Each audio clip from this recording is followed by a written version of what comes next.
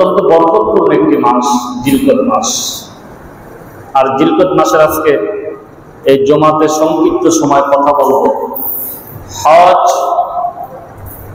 ও উমরা সম্পর্কে, হজের গুরুত্ব, হজের ফরজ, হজের ওয়াজিব এবং হজের ফজিলত সম্পর্কে সংক্ষিপ্ত সময় কিছু কথা ইনশাআল্লাহ সংক্ষিপ্ত সময়ের মধ্যে তুলে ধরব। সম্মানিত উপস্থিতি, হজ এটা আরবি শব্দ, এর আবিধানিক অর্থ হলো সংকল্প করা, ইচ্ছা করা। হজ শব্দের পারিভাষিক সংজ্ঞা হলো ইসলামী পরিভাষায় আল্লাহর সন্তুষ্টি লাভের উদ্দেশ্যে কোরআন ও হাদিসের নিয়ম অনুযায়ী জিলহজ মাসের নির্ধারিত দিন সমূহের নির্ধারিত পদ্ধতিতে বাইতুল্লাহ আল্লাহর ঘর সংশ্লিষ্ট স্থান সমূহ জিয়ারত করাকে হজ বলে। এই হজ এটা আর্থিক ইবাদত এবং শারীরিক ইবাদত। নামাজ হলো শারীরিক ইবাদত, রোজা হলো শারীরিক ইবাদত,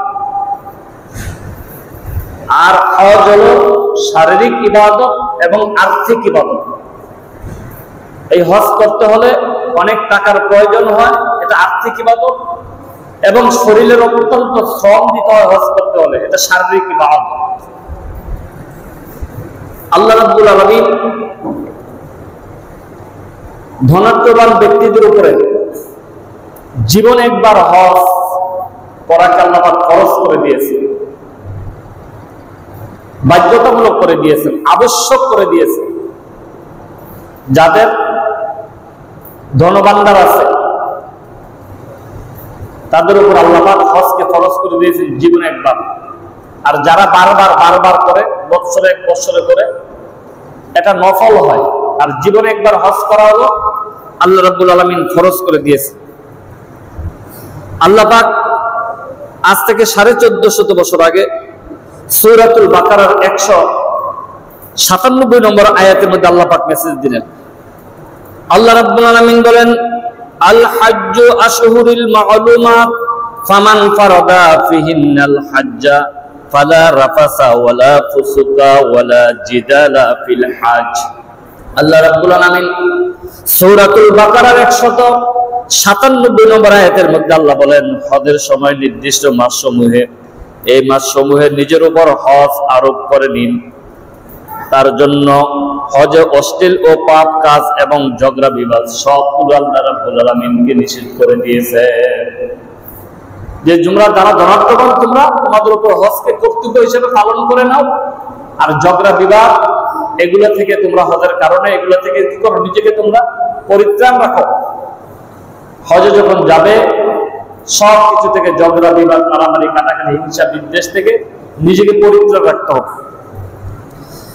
আল্লাহ রাব্বুল আলামিন হজ সম্পর্কে কালামে হাকিমের মধ্যে সূরাতুল ইমরানের 97 নম্বর আয়াতের মধ্যে আল্লাহ রাব্বুল আলামিন বলেন, ওয়ালিল্লাহি আলান নাসি হিজ্জুল বাইতি মান ইসতাতাআ ইলাইহি সাবিলা। আল্লাহ রাব্বুল আলামিন বলেন, সমর্থবান মানুষ যারা, সমর্থবান মানুষের উপর আল্লাহ রাব্বুল আলামিন বাইতুল্লাহর হজ করাকে জীবনে একবার ফরজ করে দিয়েছে। ধনাত্মবান ব্যক্তিদের উপরে জীবনে একবার হজকে আল্লাহ পাক ফরজ করে দিয়েছে। শুধু তাই না, বুখারী শরীফের মধ্যে আমার নবী, আপনার নবী, কুল কায়নাতের নবী, মহানবী মুহাম্মদুর রাসূলুল্লাহ সাল্লাল্লাহু আলাইহি ওয়াসাল্লাম বুখারী শরীফের 1773 নম্বর হাদিসের মধ্যে আমার রাসূল বলেন, وقال رسول الله صلى الله عليه وسلم الحج مبرورا ليس له جزاء الا الجنه। আল্লাহ রাসূল বলেন, হজ একমাত্র প্রতিদান, আর হজের প্রতিদান হলো আল্লাহর জান্নাত। আল হজ্জ মাবরুরা, যেই হজটা কবুলকৃত হজটা হলো লাইসা লাহু জাযাউ ইল্লা জান্নাহ, হজের একমাত্র প্রতিদান হলো আল্লাহর জান্নাত। যারা হজ করবে খালেস নিয়তে, যারা বাইতুল্লাহ জিয়ারত করবে, হজ করবে, তার হজ করা লোকের ব্যক্তিদের জাযা প্রতিদান হলো আল্লাহর জান্নাত। ওই ব্যক্তি আল্লাহর জান্নাতের মেহমান হবে। এজন্য হজটাকে জীবনে একবার ধনাত্মবান ব্যক্তিদের উপর আল্লাহ পাক ফরজ করেছেন। এখন এই হজ কত প্রকার? হজ হলো 3 প্রকার। এই 3 প্রকার হজ সবাই কিন্তু করতে পারবে না, এক একটা কারণ এক এক প্রকার হজ। 3 প্রকার হজ হলো, একটা হলো হজ্জে তামাত্তু, একটা হলো হজ্জে কিরান, আর একটা হলো হজ্জে ইফরাদ। হজের আবার ফরজ হলো 3টি। 3টি কাজের মধ্যে একটি যদি ছুটে যায় হজ কিন্তু নষ্ট হয়ে যাবে। হজের 3টি ফরজ। 1 নম্বর হলো মিকাত হতে ইহরাম বাঁধা। বাংলাদেশের মিকাত হলো ইলামলাম। বাংলাদেশের হাজিদের যখন ইলামলাম যখন ফাড়ি দেয় তখন হাজিদেরকে ফ্লাইটের মধ্যে বলে দেওয়া হয় আপনারা সকলে মিকাত পার হচ্ছেন, আপনারা সকলে কি করেন? ইহরাম বাঁধেন। কিন্তু আমাদের বাংলাদেশের হাজি ক্যাম্প থেকে ইহরাম বাঁধা হয়, তারপরেও যদি কেউ বাকি থাকে আবার এলান করে দেওয়া হয় আপনারা ইহরাম বেঁধে নেন। তাহলে মিকাত হতে ইলামলামের আগ থেকে ইহরাম বাঁধা হলো হাজিদের জন্য হলো ফরজ। 2 নম্বর হলো ওকুফে আরাফার ময়দানে অবস্থান করা হলো হাজিদের জন্য ফরজ। 3 নম্বর হলো তাওয়াফে জিয়ারত, এটা হলো ফরজ কাজ। হজের মধ্যে গুরুত্বপূর্ণ কিছু কাজ আছে, ওয়াজিব কাজ, যেগুলো ছুটে গেলে দমে গোসল দিতে হয়, একটা জন্তু জবাই করতে হয়, নাইলে হজ কিন্তু আপনার দুর্বল হয়ে যায়, নষ্ট হয়ে যায়। হজের ওয়াজিব কাজ সমূহ 9 জিলহজ মুজদালিফা অবস্থান করা, এটা হজের একটি ওয়াজিব কাজ। সাফা ও মারওয়া সাই করা। 3 নম্বরে জামরায় শয়তানকে পাথর নিক্ষেপ করা। 4 নম্বরে কুরবানি করা। 5 নম্বরে মাথার চুল মুড়িয়ে ফেলা। 6 নম্বরে বিদায়ী তাওয়াফ করা। 7 নম্বরে মদিনা শরীফ থেকে রওজাতুন নবী সাল্লাল্লাহু আলাইহি সাল্লাম এই 7টি শেষ সময় আসার সময় জিয়ারত করে আসা। এই 7টি সময় হলো হজকারীদের জন্য ওয়াজিব।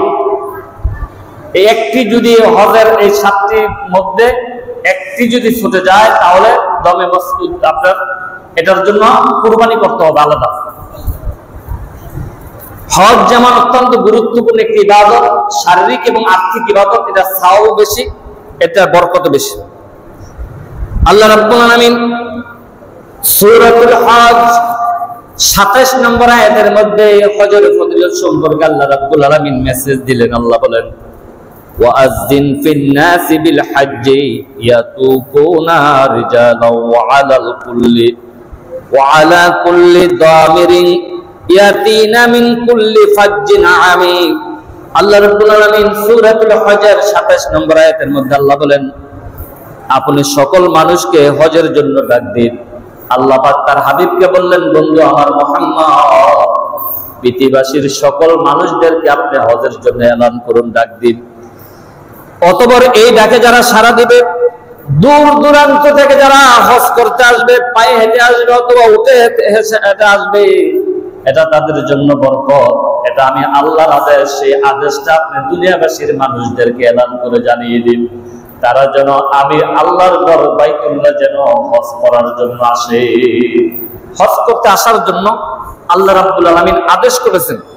আর এই হজ করলে আল্লাহ রাব্বুল আলামিন ওই বান্দার জীবনের সব ছোট ছোট গুনাহগুলো হজের উসিলায় আল্লাহ পাক ক্ষমা করে দিবেন। আর হজের প্রতিদান হলো ইল্লা জান্নাত। হজকারী ব্যক্তিদের জন্য প্রতিদান হলো আল্লাহর জান্নাত। সেখানে চিরদিন চির সময় হজকারীরা আল্লাহর জান্নাতের মেহমান হয়ে সেখানে থাকবে। এজন্য হজ করতে হবে। হজের ব্যাপারে আল্লাহ রাব্বুল আলামিন সূরাতুল বাকারা 196 নম্বর আয়াতের মধ্যে আল্লাহ পাক আজ থেকে 1450 বছর আগে আল্লাহ পাক মেসেজ দিলেন। আল্লাহ রাব্বুল আলামিন বলেন ওয়াতিমুল হাজ্জা ওয়াল উমরাতা লিল্লাহ। আল্লাহ রাব্বুল আলামিন মেসেজ দিলেন তোমরা কি করো? আল্লাহর সন্তুষ্টির জন্য, আমি আল্লাহর সন্তুষ্টির জন্য হজ এবং উমরা পালন করো। হজ করা হলো জীবনে একবার ফরজ, আর উমরা করা হলো সুন্নাত বা নফল। কিন্তু ধনাত্মবান ব্যক্তি উমরা করলে চলবে না, জীবনে একবার বড় হজ, সেই হজ করতে হবে। ফরজকৃত যে হজ এটা করতে হবে। উমরা করছেন সুন্নাত বা আপনার নফল আদায় হবে, কিন্তু ফরজ আদায় হবে না। ধনাত্মবান ব্যক্তিদের উপরে জীবনে একবার হজ করা হলো ফরজ, অবশ্যই বাধ্যতামূলক ফরজ। ফরজ মানে হলো আল্লাহর আইন, যা করতে হবে, ছেড়ে দেওয়া যাবে না।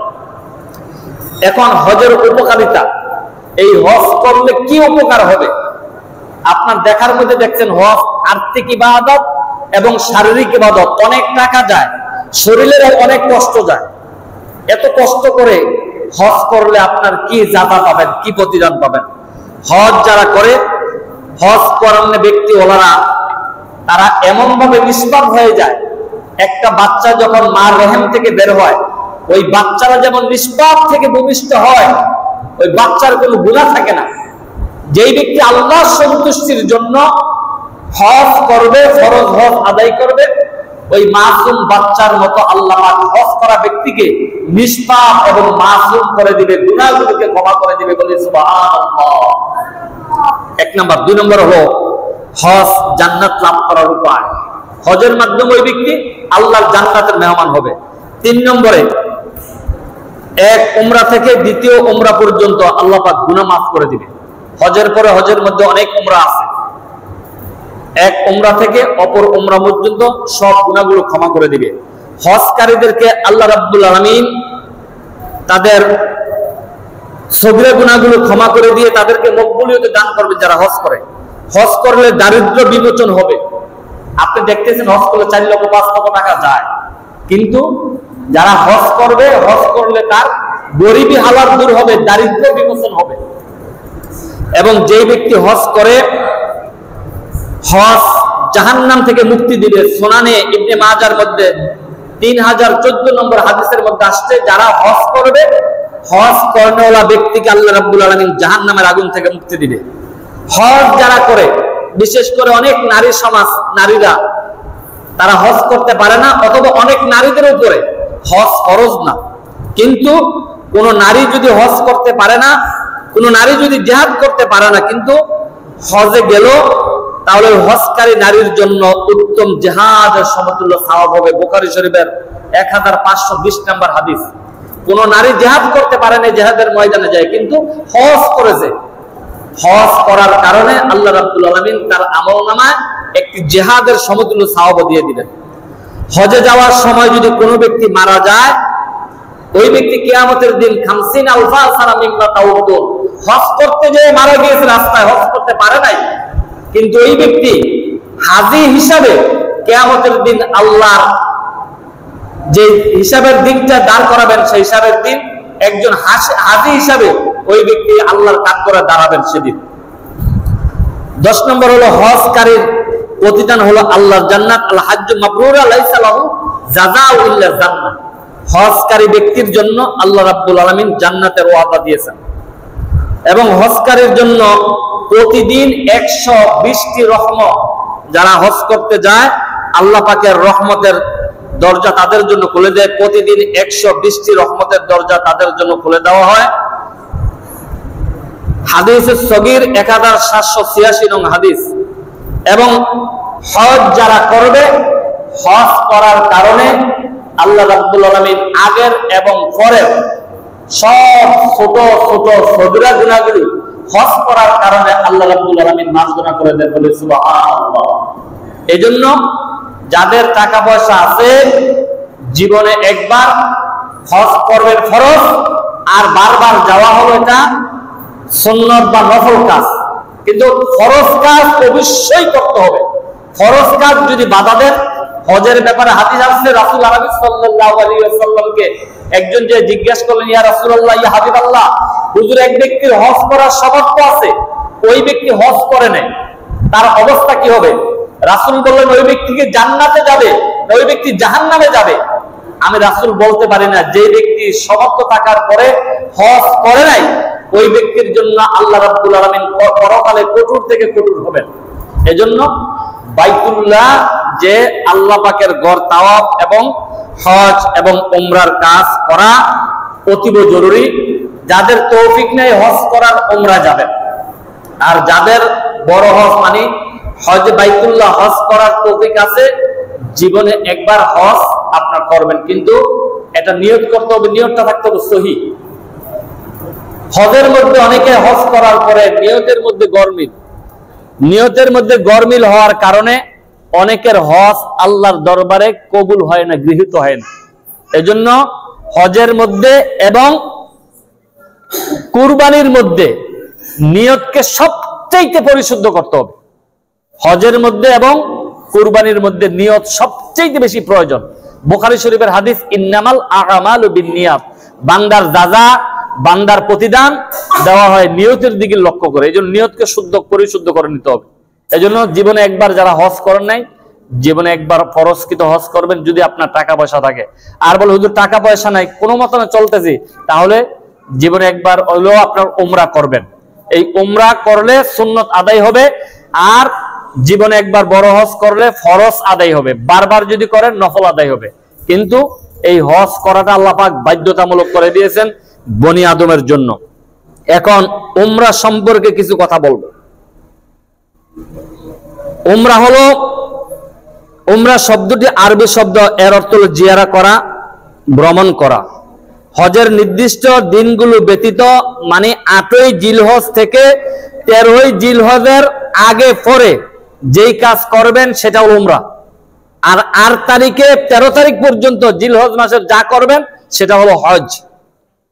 আর এর আগে এবং পরে যেটা করবেন এটা হলো উমরা, মনে রাখতে হবে।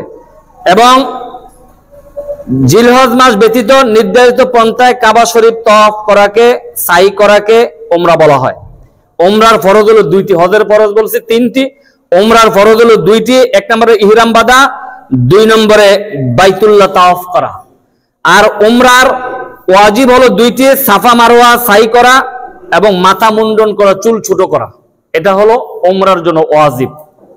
তাহলে হজ এবং উমরা আমাদেরকে অবশ্যই সঠিক নিয়মে করতে হবে। অনেকে উমরার মধ্যে কিছু কাজ নিষেধ আছে এবং হজের মধ্যে কিছু কাজ নিষেধ আছে, এগুলো থেকে আমাদের বাঁচতে হবে। যেমন আপনি যখন হজ করতে যাবেন সেলাইকৃত কাপড় পরিধান করতে পারবেন না, এবং যখন হজ করতে যাবেন কোনো কিছু ঝগড়া বিবাদ থেকে নিজেকে পরিত্রাণ রাখতে হবে। যখন হজ করতে যাবেন তখন আপনার শরীরের মাথা আপনার খোলা রাখতে হবে। মাথা খোলা রাখা এটা একটা হজের একটা বিধানের একটি বিধান, মাথা খোলা রাখতে হবে। এবং হজ করতে গেলে কোনো ছোট্ট একটা পিপিলিকা পর্যন্ত মারা যাবে না। হজের যে 8 তারিখ থেকে 13 তারিখ পর্যন্ত যদি আপনি যে কোনো একটা জন্তুকে মেরে ফেলেন, এটার জন্য কিন্তু আপনি কি করতে হবে, এটার জন্য আবার আলাদা কুরবানি দিতে হবে, হজটা পরিপূর্ণ হবে না। হজ কিন্তু জীবনে একবার ফরজ, কিন্তু এটার মধ্যে অনেক বাধ্যবাধকতা আছে। এই জন্য আমি প্রথমে বলছি হজ হলো একটা আর্থিক ইবাদত এবং হজ হলো একটা শারীরিক ইবাদত। নামাজ হলো শারীরিক ইবাদত, রোজা হলো শারীরিক ইবাদত, আর হজ হলো আর্থিক ইবাদত এবং শারীরিক ইবাদত। এই দুইটা ইবাদতের সমন্বয় হলো একটা হজ। আর হজ যারা করবে আল্লাহ রাব্বুল আলামিন তাদের ব্যাপারে মেসেজ দিলেন পৃথিবীবাসীর মানুষদেরকে। আল্লাহ বলেন আল হাজ্জু মাবরুরা, রাসূল বলেন আল হাজ্জু মাবরুরা লাইসা লাহু জাযাউ ইল্লা জান্নাহ। মুত্তাফাকুন আলাইহি, বুখারী মুসলিমের হাদিস, 1773 নম্বর হাদিস। রাসূল আরবি সাল্লাল্লাহু আলাইহি সাল্লাম বলেছেন হজ হলো একমাত্র আল্লাহর বিধান। আল্লাহর এই বিধান যারা পালন করবে লাইসা লাহু জাযাউ ইল্লা জান্নাহ, তাদেরকে পরকালে আল্লাহ পাক জান্নাত দান করবেন। বলে আল্লাহু আকবার। এটা আল্লাহ পাকের আদেশ, আল্লাহ পাকের হুকুম, আল্লাহ পাকের আইন, আল্লাহ পাকের বিধান। হজ করতে হবে। অনেকে এমন নিয়ত করে যে এই বছর যাব না, আগামী বছর যাব। এরকম অনেক নিয়ত করে, কেন এই বছর যাব না, যে এই বছর আমার ছেলের বিবাহ বাকি আছে, ছেলের বিবাহের কাজটা সমাধা করে তারপরে যাব। অথবা মনে করে যে আমার মেয়েটা 14-15 বছর হয়েছে, মেয়েটা বিবাহ দিয়ে তারপর হজের কাজে যাব। না, এরকম বাধ্যবাধকতা নাই। আপনি যে 2 বছর পরে 3 বছর পরে বাঁচবেন এর কোনো নিশ্চয়তা নাই। এজন্য যখনই আপনার উপরে হজ ফরজ হবে, হজের অ্যামাউন্ট থাকবে, তখন হজ করবেন। কেন প্রতি বছরে হজের অ্যামাউন্ট বাড়তেছে। এটা হলো 1।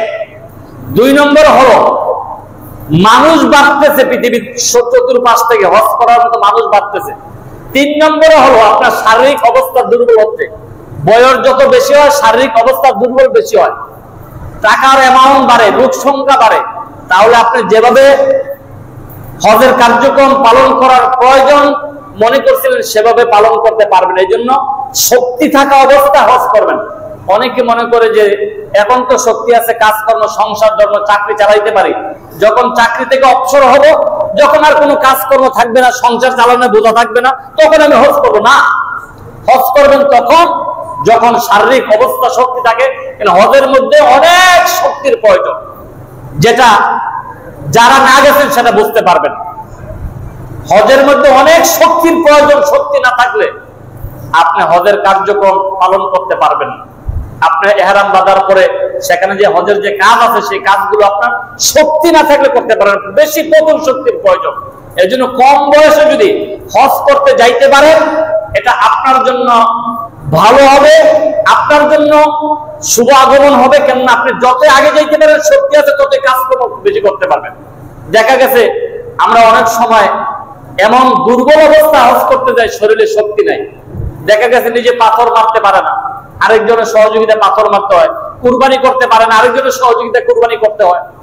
নাইলে তো এই কাজগুলো না করলে হজ হবে না, কিন্তু টাকা দিয়ে করাই না, শক্তি কুলায় না। এজন্য শক্তি থাকতে হজ করবেন, সমর্থ হলেই হজ করবেন। হজ আল্লাহ পাক ফরজ করে দিয়েছেন বনি আদমের উপরে, জীবনে একবার আল্লাহ পাক হজ ফরজ করে দিয়েছেন। আর যারা বারবার ধনাত্মবান হওয়ার কারণে করেন, এটা নফল হবে, কিন্তু তার চাইতে বেশি হবে আপনি বারবার এত হজ না করিয়া গরিব, মিসকিন, অসহায়, নিঃস্ব, ফকির, আত্মনাথ যারা আছে তাদের সেবা যত্ন যদি করেন, আপনি এখন সওয়াবের ভাগী হবেন। আপনি তো হজ করে আসছেন, ফরজ কাজ আদায় করছেন, আপনি ফকির, নিঃস্ব, অসহায় যারা আছে তাদের এখন খোঁজ খবর নিতে পারেন, তাদেরকে আপনার পাশে দাঁড়াতে পারেন।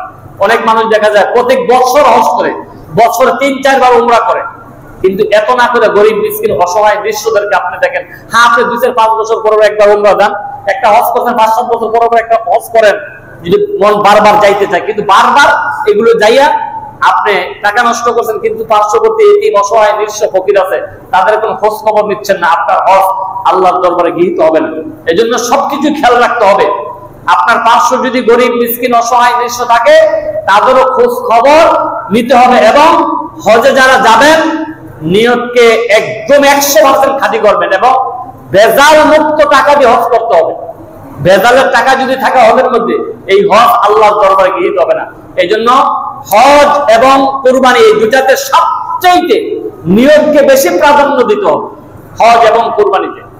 তো ইনশাআল্লাহ আপনারা যারা হজ করেন নাই, এই ফরজকৃত হজ আল্লাহ রাব্বুল আলামিন জীবনে একবার ফরজ করেছেন, সেটা যাবেন। আর যদি হজ না করে যদি মারা যান, রাসূল বলেন সে কি ইহুদি হয়ে মারা গেল না নাসারা হয়ে মারা গেল, আমি রাসূলের কোনো আসে যায় না। মানে রাসূল তাদের জন্য লানতের কথা বলেছেন। এজন্য আসুন হজ করে নেবেন। হজ আল্লাহ পাক ফরজ করেছেন, অবশ্যই বনি আদম সেই হজ আল্লাহর বিধান পালন করতে হবে। আল্লাহ রাব্বুল আলামিন বলেছেন, ওয়ালিল্লাহি আলান নাসি হিজ্জুল বাইতি মান ইসতাতাআ ইলাইহি সাবিলা। সমস্তবান মানুষের উপরে আল্লাহ রাব্বুল আলামিনের তরফ থেকে বাইতুল্লাহ হজ করা আল্লাহ রাব্বুল আলামিন ফরজ করেছেন। সূরাতুল ইমরানের 97 নম্বর আয়াতের মধ্যে আল্লাহ পাক এই মেসেজটা দিলেন। এবং আল্লাহ পাক বললেন, আল হাজ্জু আশহুরুল মা'লুমাত ফামান ফারাদা ফিহিন্নাল হাজ্জা ফালা রাফাসা ওয়ালা ফুসুকা ওয়ালা জিদালা ফিল হজ।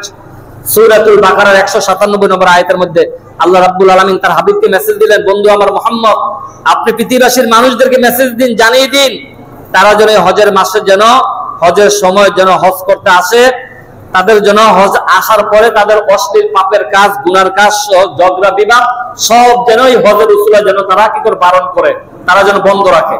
তো আল্লাহ পাক হজের মেসেজ দিলেন। এই মেসেজ আমাদের পালন করে আমাদেরকে হজ পালন করতে হবে। আল্লাহ রাব্বুল আলামিন সূরাতুল বাকারার 196 নম্বর আয়াতের মধ্যে আল্লাহ পাক মেসেজ দিলেন, ওয়া আতিমুল হাজ্জা ওয়াল উমরাতা লিল্লাহ, তোমরা আমি আল্লাহর সন্তুষ্টির জন্য হজ এবং উমরা পালন করো। এই জন্য যাদের তৌফিক আছে আপনারা হজ এবং উমরা পালন করবেন। অনেকে কিন্তু হজ করে আসছে, কিন্তু তার নামের শেষে আলহাজ লেখে না কেন, হাজি লেখে না কেন, এই নিয়ে অনেক জায়গাতে অনেক মারামারি, অনেক বিশৃঙ্খলা হয়। এক জায়গার মধ্যে নাম দিছে, শুধু দিছে আব্দুল করিম। আব্দুল করিম কি আর লেখলো যে আলহাজ মোহাম্মদ আব্দুল করিম লেখলো না কেন, এমন ঘুষি দিছে, ঘুষির চালায় এতে নাক ফাড়াই দিছে যে আমি এত 5 লাখ টাকা দিয়ে হজ করলাম, আমার নাম শুধু আব্দুল করিম লেখলাম, তুমি আমার যে হজ করলাম, হজে আমি আলহাজ আব্দুল করিম লেখলাম না কেন? এই যে তার নাম, এটা লৌকিকতার জন্য, দেখানোর জন্য, মানুষকে বোঝাবার জন্য হজ করতে হবে।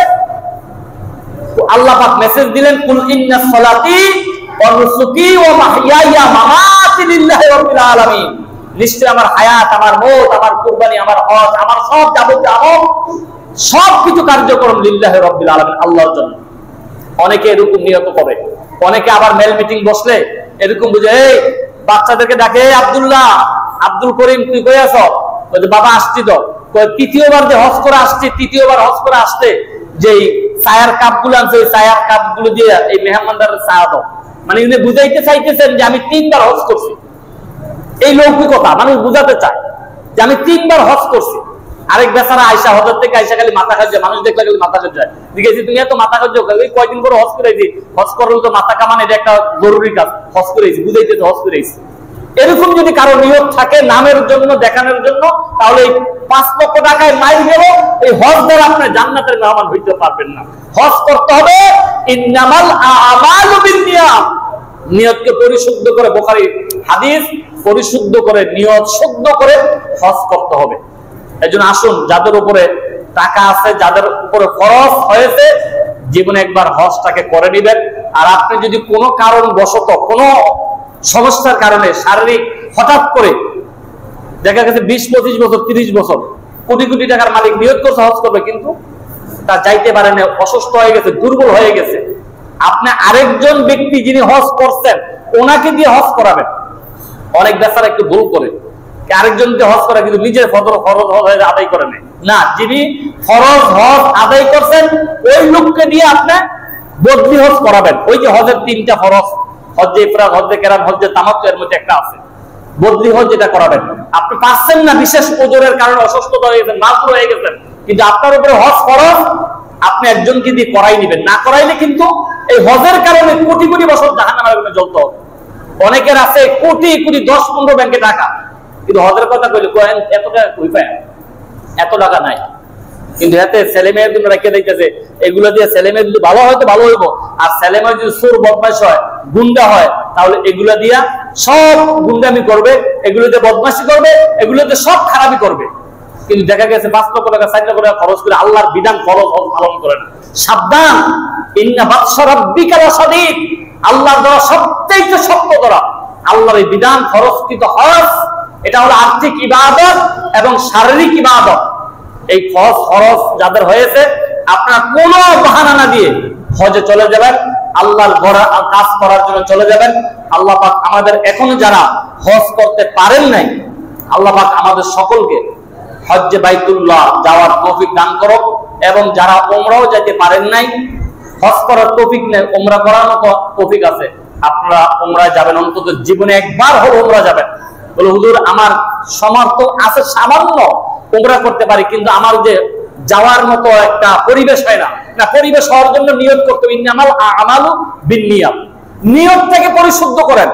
নিয়ত পরিশুদ্ধ করলে আল্লাহ আল্লাহর কাছে সমাধান করবে। আল্লাহর কাছে বলবেন, আল্লাহ আমার তো মনে চায় তোমার বাইতুল্লাহ যাওয়ার জন্য, আমাকে যাওয়া তৌফিক করে, আল্লাহ নিয়ে যাবেন। আমরা যখন এক সময় হজ করতে 14 সালে ফিরলাম, ফিরার পরে একটি নজর করে দেখলাম, একটা হাজী সাহেব হাউ করে চিল্লিয়ে চিল্লিয়ে শুধু কাঁদতেছে। হাজী সাহেবকে জিজ্ঞাসা করলাম, হাজী সাহেব হজ করলেন, বাইতুল্লাহ তাওয়াফ করলেন, জিয়ারত করলেন, আল্লাহ রাসূলের রওজার পাশে এসে সালাম দিলেন, এত চিল্লিয়ে কেন কাঁদতেছেন? হাজী সাহেব জবাব দিল, ইয়া হাজিউল হুজ্জাত, মনে তো হচ্ছে আল্লাহ রাসূলকে সালাম দিয়ে চলে যাব, জানি না জীবন আর কোন একটি বার আল্লাহ রাসূলকে সালাম দেওয়ার জন্য আসতে পারবো কিনা। এই জন্য আমার মনের মধ্যে প্রেমের একটি ঢেউ লেগে গিয়েছে, আল্লাহর রাসূলকে জীবনে আরেকটি বার এসে এভাবে সালাম দিতে পারবো কিনা। সত্যি যারা রাসূলের আসে, আল্লাহ রাসূলের রওজার পাশে গেলে পৃথিবীর সব কোটি কোটি টাকা সব ভুলে যায়। সেখানে গেলে মনটা অন্যরকম হয়ে যায়। সেখানে মারামারি নাই, কাটাকাটি নাই, হিংসা নাই, বিদ্বেষ নাই। সেখানে যখন যাবেন মানুষটা মোমের মতো নরম হয়ে যায়, কোথায় যেন আসলাম, পৃথিবীর সব কিছু ভুলে যায়। সেই জায়গার মধ্যে যাওয়ার জন্য যদি নিয়ত করে, আল্লাহ নিয়ে যাবে, কিন্তু নিয়ত না করলে সেখানে যাইতে পারবেন না। এই জন্য নিয়তকে পরিশুদ্ধ করুন, আল্লাহর ঘরে যাওয়ার মেহমান হওয়ার চেষ্টা করুন, আল্লাহর কাছে বারবার দরখাস্ত করুন। দরখাস্ত করলে আল্লাহ নিয়ে যাবেন একদিন। আর যদি এভাবে না হয়, স্বপ্নে যুগেও সোনার মদিনা যাওয়া করাই দিবেন। এটা আল্লাহ রাব্বুল আলামিনের এটা কথা। আল্লাহ পাক বলেছেন ওয়াকানা হাক্কান আলাইনা নাসরুল মুমিনিন, আমি আল্লাহর প্রতি ওয়াজিব হয়ে যায় মুমিনদেরকে আমি সাহায্য করি। এজন্য নিয়তকে পরিশুদ্ধ করুন, আল্লাহর কাছে বলুন আল্লাহ আমার তো মনে চায় আমার ভারল্লা বাজারে শুধু আবুল বিড়ি বেচতেন আর সামান্য একটা টং নিয়ে বসে থাকতেন সুলতান আহমদ সাহেব, সারাদিনে 50 টাকা বিক্রি হইতো না। আজ থেকে 20 বছর আগের কথা, দেখলাম নিয়ত করেছে এলাকাবাসী সকলে মিলে ওনাকে হজে পাঠাইছে। আমাদের মনসুর পাগলা সারাদিন বসে বসে কোরআন শরীফ পড়ে, তার বউ নাই, কিচ্ছু নাই, টাকা নাই, পয়সা নাই, কিচ্ছু নাই, কিন্তু নিয়ত করেছে আমি হজে যাব, আল্লাহ পাক তাকে হজে নিয়ে গেছে। এই জন্য নিয়ত করেন, টাকা পয়সা লাগবে না।